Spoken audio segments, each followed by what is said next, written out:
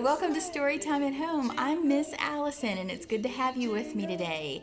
I've got some music playing in the background. Can you hear that? Let's turn it up for you.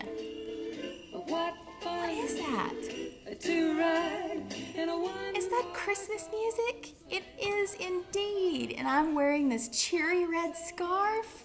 I've got a mug of hot chocolate. What is going on, you must be thinking? It's Christmas in July. Yes, absolutely. Why not? I've got 3 fun Christmas books for you today, and I've also got a couple of crafts. You can use them for Christmas, or you can alter them just a little bit and actually make them anytime you like. Does that sound like some silly fun? I hope so. All right, let's get started. I'm going to turn the music down. All right. Bet you weren't expecting this, were you? Okay.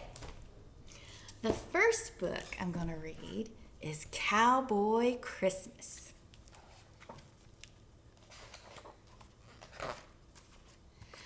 "3 days till Christmas," said Dwight, "and we're stuck with cows," whined Darrell. "Santa Claus will never find us out here on the range," sniveled Dub. Cookie stirred the beans. "No presents," said Dwight. "No stockings," added Darrell. "No Santa," groaned Dub. "Time for supper, cowhands," Cookie called. The cowboys hunkered down round the campfire, and Cookie doled out the plates. "When I was knee-high to a grasshopper, my daddy chopped down an evergreen for our Christmas tree," said Dwight. "We decorated that tree with popcorn and icicles as shiny as silver spurs." "You could decorate a tree," mumbled Cookie, spooning up beans and cornbread. "That's a fact," shouted Dwight. "We'll help," said Darrell. "Santy loves Christmas trees," whooped Dub. Dwight lassoed the only tree he could find, a cactus. Darrell hauled in hay sickles, and Dub corralled cans of corn. "No corn to pop," he explained. Then the cowboys hung decorations and stood back to admire their Christmas cactus. Ain't much," Dwight admitted. "Downright ugly," Darrell cracked. "Santy can't put presents under that," Dub groaned. "Off to bed, cowpokes," said Cookie. It's pretty bad, isn't it? The next day, the cowboys roped steers, wrestled longhorns, and wrangled up strays. That night, they circled round the campfire again. "Every Christmas," Darrell began, "Granny baked cookies, then heaped on sticky frosting and sugary sprinkles." "You could make sugar cookies," muttered Cookie. "Straight shootin' I could," hollered Darrell. "We'll lend a hand," offered Dwight. "Santy loves cookies," hooted Dub. Darrell mixed, rolled, and cut out cookies, then fried them to a crisp. Fried them almost black there, didn't he? Burned them, I imagine. Dwight frosted the cookies with sticky molasses, and Dub added beans. "No sprinkles," he explained. The cowboys sampled the charred sugar molasses bean cookies. Yuck. "Don't taste like Granny's," Darrell gulped. "Downright awful," said Dwight. "Santy ain't gonna like 'em," Dub fussed. "Off to bed, cowpunchers," ordered Cookie. "Tomorrow's Christmas Eve." The next day, the cowboys headed for high country, herded bovines, and haggled with misfits. That night, they moped round the campfire. "I remember," said Dub, "when Pa turned our hay wagon into Santa's sleigh, and Mama stitched reindeer costumes for the horses." "You could do that," Cookie murmured, dishing up apple pie. "Darn tootin'," Dub yelped. "Not with our horses, you don't," warned Dwight. "That goes double for me," added Darrell. Dub lashed twigs to the herd's heads, tied bandanas to their tails, and dangled cowbells around their necks. Then he stood back and took a gander. Let's see how it turned out. "Those heifers look ridiculous," said Darrell. "Downright pitiful," Dwight agreed. "Nothing like Santy's reindeers," Dub sniffed. "Off to bed, cow wranglers," Cookie called. "Tomorrow's Christmas and my day off." On Christmas morning, the cowboys drove the cattle out to graze. "Another day, another cow," grumbled Darrell. "We missed Christmas altogether," Dwight griped. "Santa Claus missed us altogether," whimpered Dub. The cowboys spent the day mending fences, minding the herd, and feeling low down and miserable. Near sunset, the boys rounded up the cattle and moseyed toward camp. Oh, they look so sad. "Hey, did y'all just hear jingling bells?" cried Dub. "I think I smell something mighty fine," said Darrell. "Do you see something glowing down at camp?" asked Dwight. The cowboys stared. The camp looked as pretty as a picture postcard. "You see it all glittering and glowing? Wonder what's down there." "Ho, ho, ho," a voice rang out. "Santa Claus?" cackled Dub. "Merry Christmas, boys," Santa called. "Yee-haw," crowed Dub. "You found us all the way out here." By the light of the Christmas campfire, the cowboys chowed down with Santa, tore open presents, and sang Christmas carols round the tree. Later, after Santa had disappeared into the night with the jingle and a jangle, Cookie galloped back into camp. "You missed a rip-roaring good time," said Dwight. "And Santy," gushed Dub. "You don't say," drawled Cookie as he settled near the campfire. Dwight yawned and stretched. "Well, boys," he said with a sigh, "only 6 days till New Year." "And we're stuck with cows," moaned Darrell. "You think we'll have a party?" asked Dub. "Could be," said Cookie. "Could be." Now, the first time I read this book, I thought maybe it was Cookie who had played Santa Claus, because when Santa was there, Cookie wasn't, and when he left, Cookie came back. But look at his face when he discovers that brand new wooden cooking spoon in his stocking. I think it means Santa really was there at cowboy camp. Isn't that neat? I love that idea. That's a fun book. Okay. The next one is How to Hide a Lion at Christmas. I've read recently How to Hide a Lion, and this is another book in that series. I love this lion. He's a big, squishy, sweet guy. It was Christmas Eve, and Iris and her family were getting ready to set off to her Auntie Sarah's. Iris was very excited. "You'll love Christmas," she said to her lion. The lion had lived with Iris ever since he arrived in town, and all the townspeople loved him. See, he's using his paws to help her tie a ribbon on the package. Very helpful. But Mom and Dad said the lion had to stay behind. "You can't take a lion on the train," said Mom. "The people in Auntie Sarah's town will be scared of him," said Dad. "Not if I hide him," said Iris. She tried squeezing him into her suitcase, but he was too big. She tried wrapping him up like a present, but he was too wriggly. She'd even tried covering him in decorations. Oh, but it was no good. "Poor lion," said Iris. "He'll be so lonely all on his own." "Don't worry, he'll probably just sleep the whole time," said Dad. "And you can bring your toy lion to keep you company," said Mom. But Iris was still sad. She hated leaving her lion behind. I would too. The lion didn't like to see Iris unhappy, so when the family set off to the train station, he followed them. You see him there? Right behind them. Isn't that a pretty scene? All the snow. Nobody noticed him as he sneaked onto the train and found a good place to hide among the luggage. Iris was looking sadly out the window. The lion wanted to comfort her.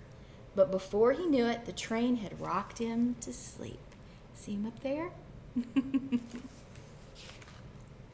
He was still fast asleep when the family reached their stop and got off the train.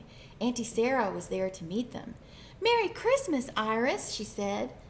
But Iris wasn't feeling very merry. She kept thinking about her lion at home all alone. If only she knew. Her lion wasn't home at all. He was still on the train and heading far, far away into the night. When the lion woke up, he was very confused. The train had stopped and everything was dark and quiet. Where had everyone gone? He crept down from his hiding place and tiptoed outside. He looked everywhere for Iris, but there was no one to be seen. He had to find her, but which way should he go? The lion looked back along the railway line. Perhaps if he followed the tracks, they'd lead him to Iris. There he goes.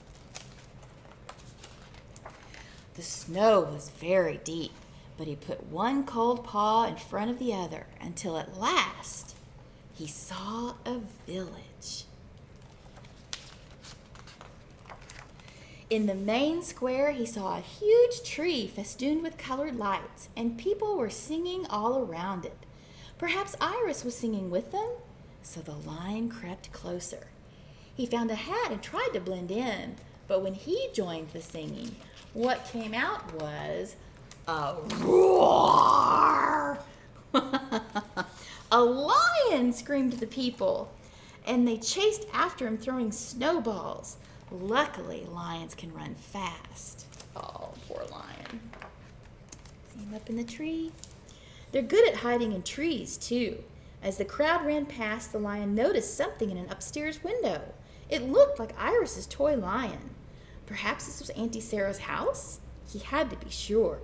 But how could he check without waking everybody up? Just then, the lion saw a funny thing. A man in a red coat was climbing up and down all the chimneys. Maybe that's how the lion could get inside. He doesn't look too sure. Before he could try, there was a huge whoosh and a ho, ho, ho, and the man in the red coat swooped right over his head. The lion slipped, and then all the snow slid off the roof, whoomph, and landed on top of him. He couldn't even move a whisker. In the morning, Iris woke up to find a new snowman in the garden. That's strange, she thought. She went outside to have a better look. It was a very odd snowman because it had a tail. And when she patted the tail, it waved at her. And as fast as she could, she dug at the snow until she found her lion. Yay! You're here, said Iris. It's gonna be the best Christmas ever now. And it was, even if the lion did eat everyone's Christmas dinner. Oh, never mind, Iris said. You see him sitting in the middle of the table licking the plate? I prefer pizza anyway. Look at that. They all look content and cozy. Look at all the pizza boxes. I love that scene. Okay, one more. And this is such a neat book. Here we go. The Christmas Extravaganza Hotel.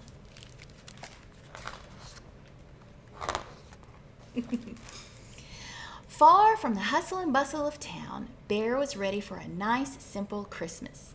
His cozy fire popped and danced, and his candle cast a golden glow. But as he opened his favorite book, he heard a loud beep, beep. Bear looked up. Who could that be? Hello, said a cheery little frog. I have arrived for my Christmas extravaganza. Show me the lights, the tree, the flying reindeer. Let's get Christmas started. Frog waved a brochure under Bear's nose. The Christmas Extravaganza Hotel, read Bear. I think you have the wrong place. No, Frog tapped the map. It's right here, see? Bear looked closer. Oh, your map's upside down. That hotel is on the other side of the world. But it can't be, wailed Frog. I've had it all planned. I even knitted a hat. Look, I'll never get to my hotel in time for Christmas. He's so sad. Bear thought very hard. You could always stay with me, he said kindly. I'm going to have a wonderful Christmas. You are? Frog brushed his tears away. Hooray! So he hopped on in, drank a huge mug of hot chocolate, and dozed off by Bear's cozy fire. See him there? As Frog slept, Bear flipped through the brochure. A singing tree? A supersonic sleigh ride? Frog's not going to find that here. Bear, Bear, called Frog the next morning, can we please start our Christmas extravaganza? Of course, yawned Bear. So Frog checked the brochure. Ooh, so do you have an all-you-can-eat North Pole breakfast bar? Not exactly, replied Bear, but we can make iced cookies. Really? With Christmas sprinkles? Show me, Frog cried. Bear handed him an apron, and they started to bake. And although it wasn't exactly like the brochure, Frog liked it. But suddenly he looked around. Bear, where's your Christmas tree? He asked. My brochure has a big one that sings. Smiling, Bear led Frog outside. Let's see. Ooh, how about this one? He asked. Frog looked up and up and up. Wow! Bear's beautiful tree twinkled with frost. And look, cried Frog, as two little robins hopped about, chirping brightly. It even has singing decorations. And snow! Do you have a snow machine? No, chuckled Bear. That's real snow. Isn't that lovely? Hmm? Frog soon found he loved real snow and long walks through the woods and picnic lunches. Frog found footprints in the snow. Let's follow them, smiled Bear. And they found 3 real reindeer. Now we can have a sleigh ride, exclaimed Frog. But Bear shook his head. Oh, I'm sorry, but these aren't Santa's reindeer. And I don't have a sleigh. But Bear knew exactly what Frog would like instead. See the little fawn nosing up to Frog? Snowball fight! Hooray! Cheered Frog. And that's not even in the brochure. They played until the sky turned inky blue. And now for the best part, Frog cried. It's time to turn on the Christmas lights. He pulled out his brochure and showed Bear a photo with strings and strings of lights flashing away.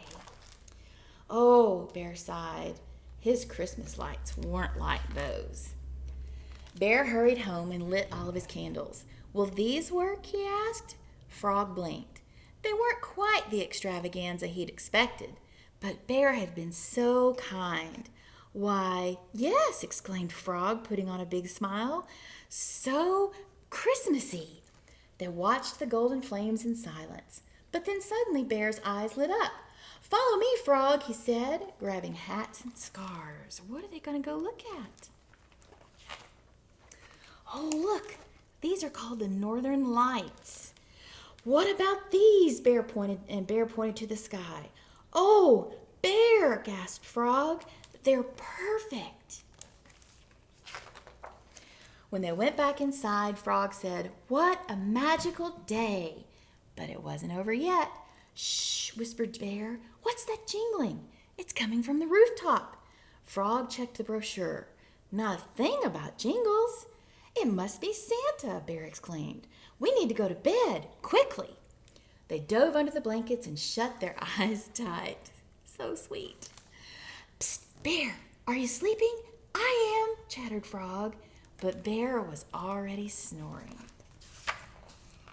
On Christmas morning, there was a huge present by the fire. Bear, squealed Frog. Look, it's from Santa. He came. They each took an end of the ribbon and pulled. A sleigh, beamed Bear. Why, Frog, this is just what we need for our sleigh ride. Supersonic, cheered Frog. Can I come back again next year? Your Christmas hotel is the best. I love it, love it, love it. All right, now here are a couple of quick crafts for you. One is a recycled craft. Sometimes whenever you go to a restaurant and pick up takeout, you get these little disposable pie tins.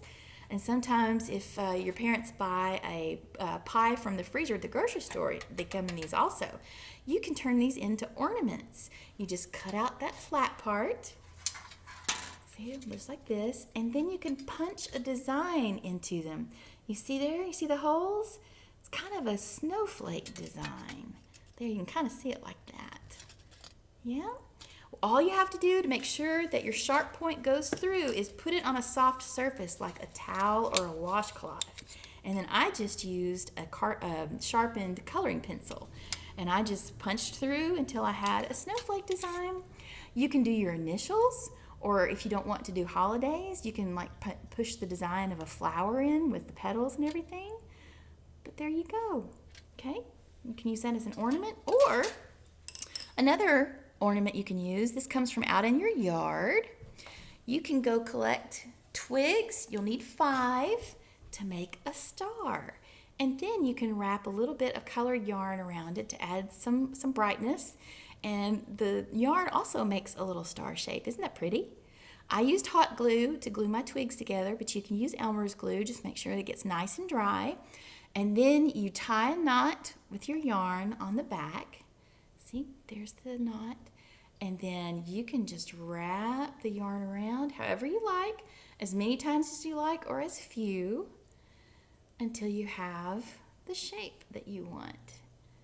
Just like that. And then you'll secure the yarn with another knot. I'm going to work on that a little bit more and get more of a star shape. You don't have to use Christmas colors. You could do red, white, and blue like for the 4th of July this past weekend. And you could put them in your window or maybe in a little tree out in your yard. Or you can just do your favorite colors, because I just think they make a neat little delicate ornament. Pretty, huh? Okay, well, I hope you enjoyed this and that it was a fun surprise to have Christmas in July. You can just have the Christmas spirit in your heart all year long. You don't have to wait for December. You just hang out with the people that you love and let them know that you love them. And that's Christmas. All right, so I'm going to turn up the Christmas music again so I can say farewell. Let me see if I can get it playing. Hopefully. Is it coming on? Oh, here we go. Little drummer boy. Okay, I will see you the next time for Story Time at Home. Thanks for being with me today. Ho, ho, ho!